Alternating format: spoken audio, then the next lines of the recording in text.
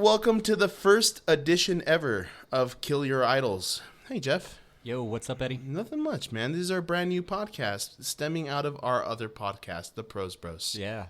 Mostly because we don't want to pay for another...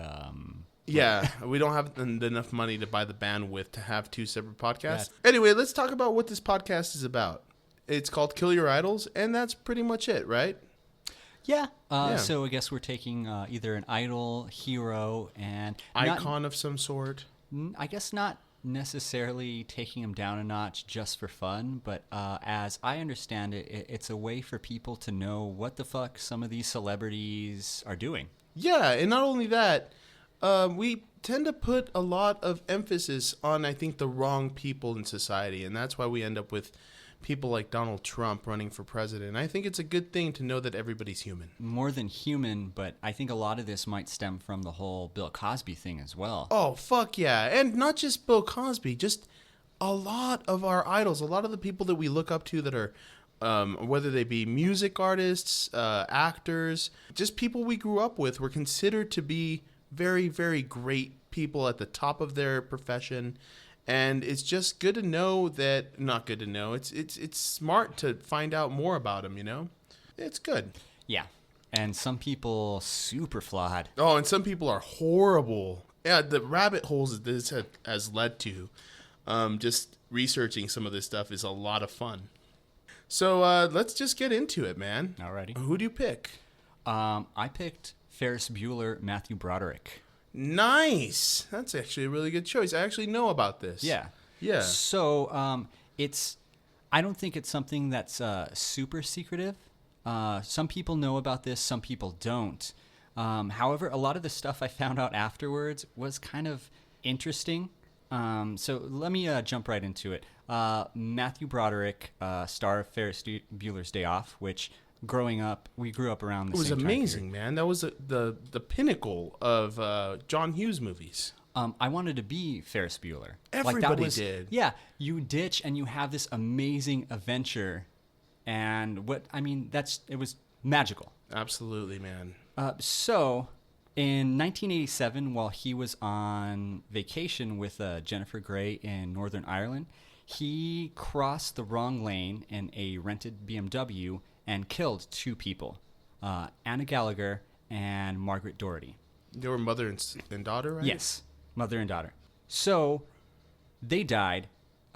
Jennifer Grey had minor injuries. Jennifer Grey from Flashdance. No, not from Dirty Dancing, right? Yes, Dirty Dancing. She was also the sister. The girl that had the nose job. That beautiful fucking nose in Dirty Dancing and got rid of it for some reason.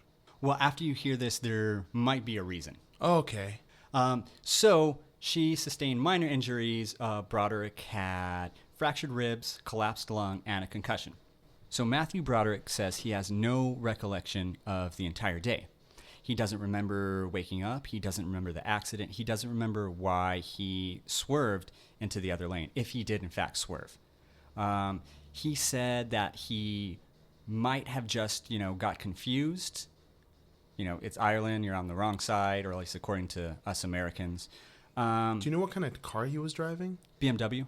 It was a rented one. So most of this information, pretty widely known, but you can find this. It was an old People magazine. They have archives online. So if you go to people.com and search this, the date was August 24th, 1987. So he says he has no recollection of that day at all. What ended up happening, he killed those people. He was facing up to 5 years in prison, but only paid a $150 or $175 fine. That's it. Any restitutions to the family at all? No. Motherfucker. Oh, god damn, dude. That's fucking horrible. At one point, he had sent them a note saying that he was sorry, and that's about it. So he wasn't drunk at all. It wasn't exactly on purpose, but still managed to kill two people. And that's what I think. You hinted on something that I think is kind of fucked up. He didn't pay them anything. There was no civil suit.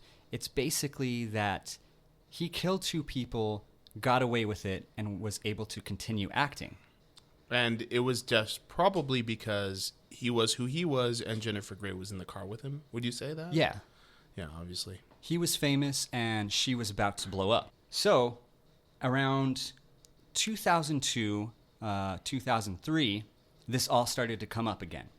And Matthew Brodrick said in a New York Post article that he was going to go and meet the family. He was going to meet Martin Doherty, the brother, so he could in person apologize and make amends. That never happened. I couldn't find anything that said he actually went there, but it was all over the news for a while, again in the New York Post. And if you do a Google search or even go on Wikipedia, you can see that they tried to meet, just never happened for whatever reason. I don't know if this was something that... Is there any possibility that maybe they did meet, but it didn't go into the public? No. Okay. Because Martin Doherty says later on, around 2012, that never happened. So jump forward to about 2010. We hear from Jennifer Grey, who's doing a lot of publicity for Dancing with the Stars. Now, she says that that kind of ruined her career. She had so much survivor's guilt. She went from being what she describes as like America's sweetheart, and she never had the same ambition to act again. She did certain roles, but that changed her forever, which is kind of interesting when you juxtapose that to Matthew Brodrick, who continued to act and have that career. Now, I'm not saying he, just ignored it. It obviously had effect on him, but it's kind of weird. You see one actor, and she basically didn't want to act. It changed her as a person, and Matthew Broderick's continuing to do that. The craziest thing, what happened in 2012, I don't know if you remember this commercial. It was a Super Bowl commercial. Yeah, with the Ferris Bueller recap. Yeah, with the car. Okay. So it's for Honda. Mm-hmm. He's doing a car commercial, and if you look on adweek.com, they start talking about why they wanted to pick Ferris Bueller, because it's so iconic. It's something cool to watch. Well, there's no mention of him killing people in a car, which that's not really on them. But if you're Matthew Broderick and you know you've killed somebody in a car, why would you do a car commercial? Because he can't act anymore. He was in Trainwreck. It was a cameo. But, oh, yeah. But that's interesting considering the fact, and I couldn't find him actually saying this, but there's different reports that after he came back, he moved to New York and basically stopped using a car. It was a subway, public transit. He was traumatized. So after he did that car commercial, again, Martin Doherty, the brother of the deceased victim, he said that Broderick never reached out to him, and basically that the commercial was in poor taste. Wow, man, that makes him...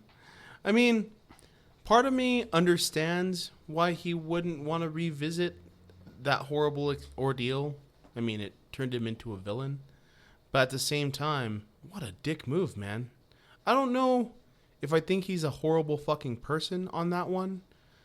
But at the same time, I really do find when I'm driving down the street and an asshole passes me in a Mustang going 60 miles per hour, I do want him to crash into a pole and die rather than hit somebody else going that fast and kill them, right? And part of me goes, that guy's a fucking dick. But at the same time, I'm not sure if Matthew Broderick is an asshole because of this whole ordeal completely. It's definitely puts him in the spectrum of asshole, but I don't think he, is a horrible human being. And what I think about that, it's interesting to me because as I started to read about it, it was like, yeah, he killed people, and through some of these, I couldn't find a direct interview with Matthew Broderick talking about it. It seems like there's some remorse there. What's interesting is that he never wanted to help the family financially. I don't know if that might be an insult to them. It's like, I killed your mother and your sister. Here's some cash. Yeah, especially since, at that point, he was probably at the top of his game, rented a BMW, was probably driving it like an asshole. Like, let's fucking face it. He swerved into the next lane, you know? He was probably driving like a fucking dick. And he probably feels a lot of remorse for that. But at the same time, he might be one of those like sociopaths that holds that down because there can't be anything in their head about how evil they are or wrong, or they have to hold themselves to a position of superiority all the time. And it's weird because Jennifer Grey was talking about it a lot more, but I could find very few tidbits of Matthew Brodrick saying really anything about it. And that's understandable. To me, what's not is that he, in the press, said he was going to make amends, never did. See, and that's really fucked up because he's using like the whole make amends to make himself look better in the press when you put it out there like that. And then for him not to do it, it's pretty low. And when he was doing that, that was around the time election was coming out. Okay. So maybe he was coming out and doing this to kind of cover his ass? Well, I'm not saying that... That was a good movie, by the way. It was. I liked it. I'm not saying that was to promote the movie, because that'd be a horrible thing to do. I mean, less horrible than killing people. But why do that? Why even bring that up? He might have honestly meant to do it, but he should have done that. And I think that's where he really fucked up. The first time, like, it's horrible. He killed 2 people. Like, 2 people lost their lives. Family members will never be seen again. But he didn't try to do anything right after that. Yeah. And the car commercial is just kind of added insult to injury. I think there's a lot of things going on there. There's the whole idea of actors being above the law or being famous people being above the law. I just watched this Made in America on O.J. Simpson. And when you're watching, you're like, how the fuck did he get away with that? But on top of that, he got away with so many beatings on Nicole for a whole decade that you're just like, what the fuck? How was this not known? Matthew Brodrick is nowhere near as bad as O.J. Simpson. No. But at the same time, they're benefiting from the same thing, which is fame gets you out of bad things. You know, like if I fucking crashed my car into somebody, I'd be in jail. If you crashed your car, you'd be in jail. But Matthew Brodrick in the 80s, right after Ferris Bueller came out, you know, got away with it with a fine. You know? Not even probation. It's insane to me. And a super cheap fine. Yeah, like one I could pay. That's crazy. I'm fucking broke as shit. We can only buy enough bandwidth for one podcast. I do want to say that the Cracked podcast has this awesome thing about Ferris Bueller and how he's actually a horrible fucking piece of shit. It was on one of their podcasts, like different ideas of characters you used to love or something. Do they have one on Marty McFly? I'm sure they do. Fuck. They've covered everything, man. If not, I got that down. They're like the Simpsons of podcasting. It's annoying and awesome. Great podcast. Okay, well, let's move on to mine. All right. Jeffrey, how into the WWF were you when you were a kid? I watched it. Never the pay-per-views because my mom wouldn't. Nobody bought the pay-per-views. I was a Bret the Hitman Hart fan. Them. Of course you were, man. He was the ultimate babyface. So yeah, I would say, what year was that? I mean, Bret Hart was like 87. 80, I would say 85 up to 2003. I would say I was probably into it like early 90s to maybe late 90s, maybe 97, and then I kind of fell off. All right. Well, I was super into it from a very young age, from like essentially like, yeah, I would say 1990, but basically my introduction was I went to the movie store, Blockbuster Video. At this point, I think it was called Castle Video, and they just had a backlog of all the WrestleMania tapes. So I started at WrestleMania 1 and just watched all the WrestleManias up to what year it was and started getting super into all of these guys. And I have to say that now, looking back at it, the entire industry of wrestling is built on lies and shit fuck houses of people, man. Just garbage fire people, man. Just horrible, horrible human beings across the board. I know that there's some guys in there that are really cool, I mean, everybody loved Andre the Giant, but it turns out he was super racist. I'm not going to really talk about against him. like trolls and dwarfs, right? Yeah, he 'Cause really he was a fucking giant. yeah. Yeah, he really hated trolls and dwarves. And small door openings. Just any house that was too small. So I have some stuff. I'm not going to go over everything, because if I went over everything, this entire podcast would be called "How Fucked Up Is the WWE?" Right? Every single wrestler has something, right? But I'm just going to go over a couple of things. So from 1984 to 1989, it's well documented that Vince McMahon was kind of feeding everybody in the WWF steroids, including himself. If you look up a picture of Vince McMahon on Google, you'll find one where he's fucking shredded. He looks like that G.I. Joe character that's like naked. There was only one and had like a sash. Or a He-Man character. He was freaking ridiculous, and he's the president of the company, right? He doesn't even wrestle. I mean, he wrestled Stone Cold, and he did come out and start wrestling later, and that's when he got huge. But it was so obvious that he was on steroids, right? So he's feeding everybody steroids and finally goes to court for it. And this is actually off of a Vice Sports article by Dan O'Sullivan. It's called The Forgotten Steroid Trial That Almost Brought Down Vince McMahon. So it didn't bring him down. He actually got acquitted from everything, or not acquitted. Is that right? Yeah, if you're not. Yeah, guilty. he got acquitted of everything. And everybody pretty much kind of forgot about it. But the fact is that because he did that, in my opinion, he's led to pretty much almost every death that has happened from wrestling. I think he's kind of responsible for. So my person in this week's Kill Your Idols is not a person. It's the whole Federation of Wrestling. It's a WWE. So let's start with the murder-suicide of Chris Benoit.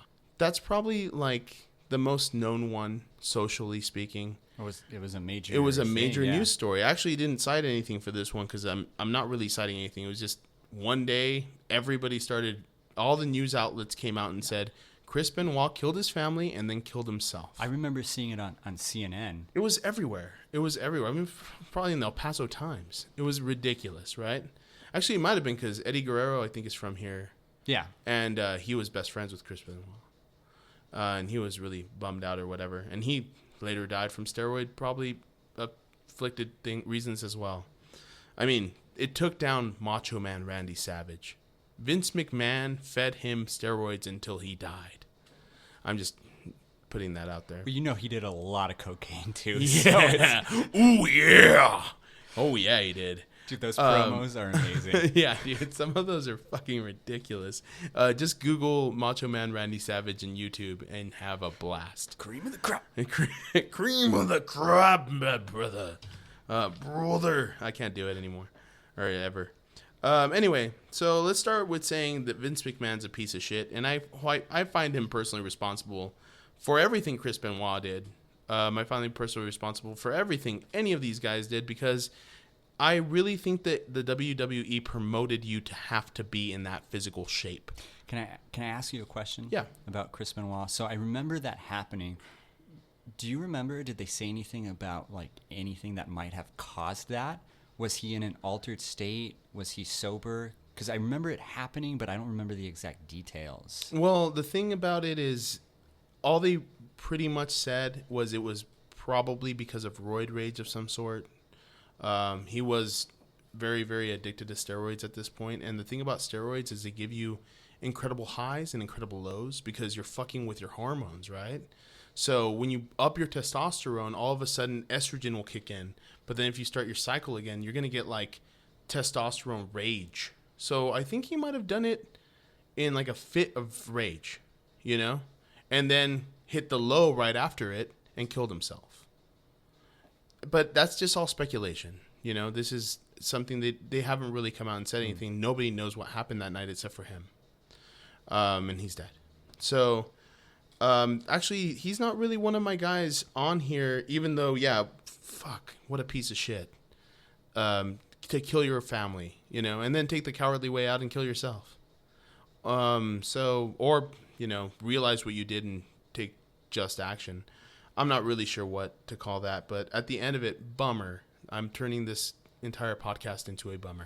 Well, it's kind of a good thing that you can't relate. Like you don't know what to say about Chris Benoit, because how can you even relate or try to begin to understand something like that? And that was part of my question, because I was like, what the fuck? How I don't understand it. You don't understand it, and that's a good thing for both of us. I'm really, really happy about that. So let's start at the top, right? If you were into wrestling at all in the last 2-3 decades, even now probably, I think he's still wrestling, you know who Hulk Hogan is, right? Huge steroid culprit. I also think that he was on the presidential cabinet for physical fitness in sports. I think he was given a medal or something at the White House for that. I don't know. Arnold Schwarzenegger took over after him, but I think he was the one before that. But huge steroid user. If you watch Harder, Faster, Stronger, it's a really good documentary on Netflix. They go over that because it's pretty much covering mostly wrestling in that movie. But everybody, right? In the 80s, it was not known. In the 80s, you had to be ripped to be popular, right? Stallone, Schwarzenegger, Lundgren? Dolph? Lundgren? Dolph I don't Lundgren? know. I don't fucking know. That sounds right to me, but I don't know. Jack London. The Call the Wild guy. Anyway, so Hulk Hogan was an obvious steroid user. He's even come out, I think, and said it in a trial. In the same trial I mentioned earlier, he came out and definitely said it. I don't think he pinned it on Vince McMahon, but that was probably in his best interest to keep his job. He's also a liar, which is really, really fun. It's actually really funny because he claims that after who was Cliff, the Metallica bassist that died? Cliff Burton? Cliff Burton. After Cliff Burton died, Hulk Hogan claims that he had a chance to be the bassist in Metallica and has said this in multiple interviews. And Lars Ulrich, when approached about the topic, said, Hulk what? That's pretty awesome. That's actually pretty funny. So he's just a huge liar. And I just remember this guy saying, lift weights, take your vitamins, and say your prayers, and you can do anything, brother. And just thinking back at me being a little kid and going, yeah. Prayers meant steroids. Oh, yeah. Also, vitamins meant steroids. Yeah. All of it meant Everything steroids. meant steroids. Just take steroids, and be racist. Because my third thing about Hulk Hogan is really, honestly, pretty depraved and pretty recent. And you probably all heard about this, but I'm going to read this little clip, and I hope I don't accidentally read it the wrong way. Here you go. Quoting Hulk Hogan, I mean, I rather if she was going to fuck some N-word, I rather have her marry an 8-foot-tall N-word worth $100 million like a basketball player.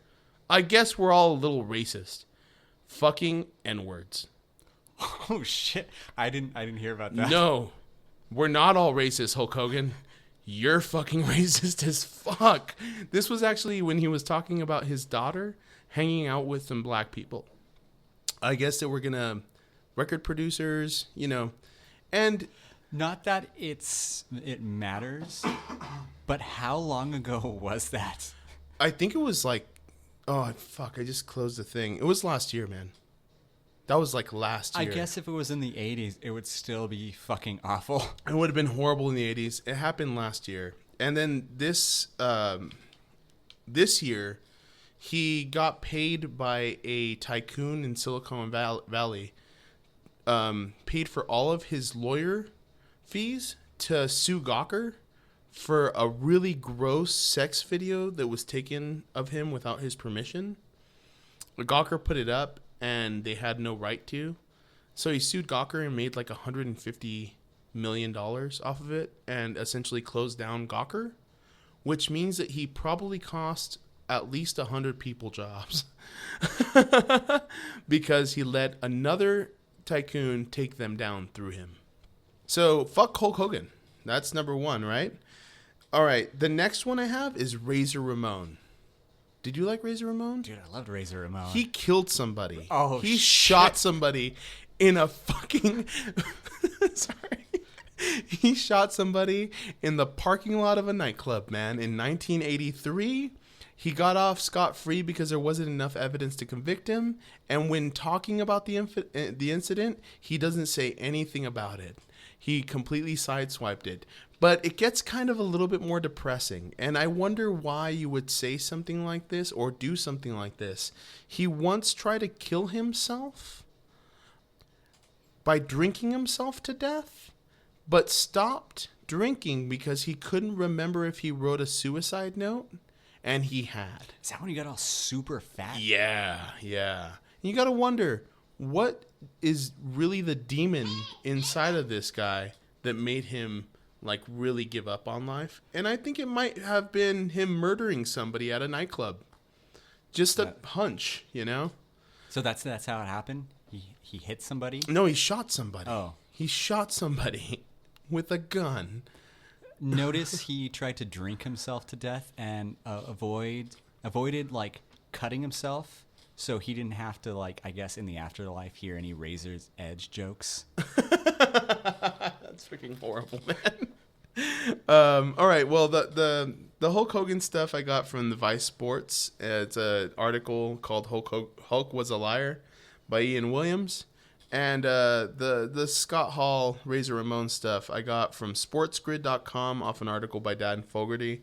But I kind of found out all of this stuff through watching this YouTube show called What Culture, except for this last one, which is I just recently found this out. Can I ask you something Yeah, about absolutely. Razor Ramon? Yeah. Like, I think this is, after killing somebody, this is kind of like a smaller thing, I guess. But how do you feel about him essentially co-opting a culture and pretending he's Scarface when he's just a white dude and having that?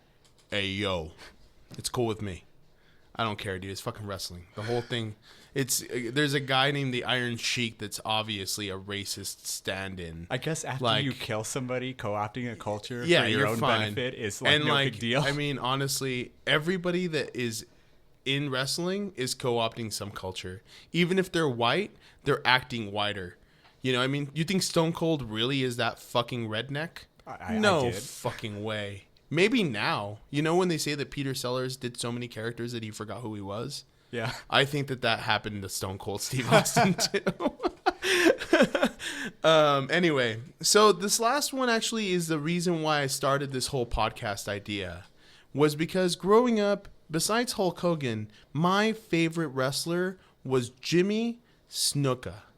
He was awesome. If you want to find a guy that created the top rope jump to the other side of the ring, or is a father of modern jumps in wrestling, which is the Hardy Boys and a bunch of different wrestlers that would jump from ridiculous sides and hurt their bodies doing it, this guy is the father of that. He was awesome. He would end every phrase with brother, and it was different than Hulk Hogan's brother or Macho Man's brother. It was brother. And he would do this thing with his hand where he had his pinky out and his thumb out, you know, the hang ten. He would do that everywhere he did. If you have the Hawaiian for thing, love, I think something like that. And I think he might have been Hawaiian, or at least his character was Hawaiian. Very stereotypical racist version of a Hawaiian. And I think he became that later in life. But the reason why I started this podcast is because it turns out in 1983, he beat his wife to death. So in 1983, he was not famous. He called the police, or he was on his way to fame. He was on his rise to fame. He called the police and told them that his wife and him were wrestling and joking around, and she fell down and hit her head on the concrete. The police believed that story, and pretty much nothing happened to him at all. He continued to become a wrestler. His steady rise went up. He became famous. I started to love him and endear him in my heart. And then it turns out that the family started to do their own research into what happened. The autopsy shows that there were over 12 different lacerations on her body that keep up with different bruising that he was doing with her over time. He never ever admitted any wrongdoing until 2011. In his book, he made it seem as if it was a really bad traumatic experience for him, which outraged the family of the woman whose name was actually Nancy Argentino. And they called the DA and they opened up the case against him. The reason I know about this is because this is currently happening. He got arrested June 1st. That was 20 days ago. And he's facing charges now for a crime he committed in 1983. I kind of feel like he made a pact with the devil and was like standing over her dead body and then was like, I'll give you my soul if you make me famous instead of going to jail right now. 'Cause god damn, man, it's really brutal to hear what the autopsy showed, which is repeated beatings. She died from repeated beatings of her head onto something. So he grabbed her head and smashed it into the floor or into a wall until she died. That was my hero growing up. I honestly thought he died. I thought he did too. And you know what's really fucked up? Is that he's so old now that his lawyer claims dementia and he's unfit for trial. And the judge said yes. So he will never come to justice for this. Probably. I mean, he'll probably die within the next week. But it's pretty fucked, man. Got this one. Most of the information is online in different places, but I went specifically to CNN, and it's Kevin Conlon. If you want to find out... Oh, no, actually, I did find out about the dementia thing off of Wikipedia, so that might be that. But there's just not that much out there for a wrestler that has been that killed somebody over 30 years ago. Damn, so apparently we both picked people who murdered people 30 years ago. Yeah. And I think that's, I mean, number one, we're going over, I guess, people that we considered great. You know, Matthew Brodrick and Ferris Bueller. Not Matthew Brodrick, but Ferris Bueller was definitely a hero of mine growing up. And, the whole organization of the WWF. It's made out of nothing but a river of dickheads and garbage can people. Yeah.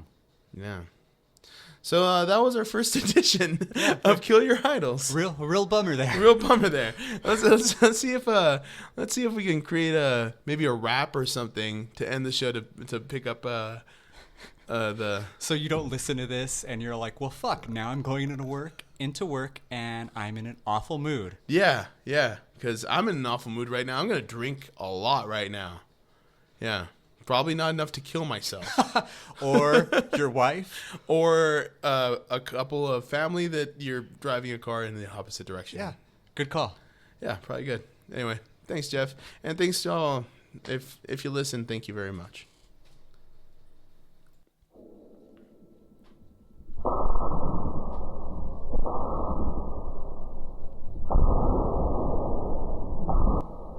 Hey guys, it's the outro, the part of the show where the show's over, but we keep on doing more show.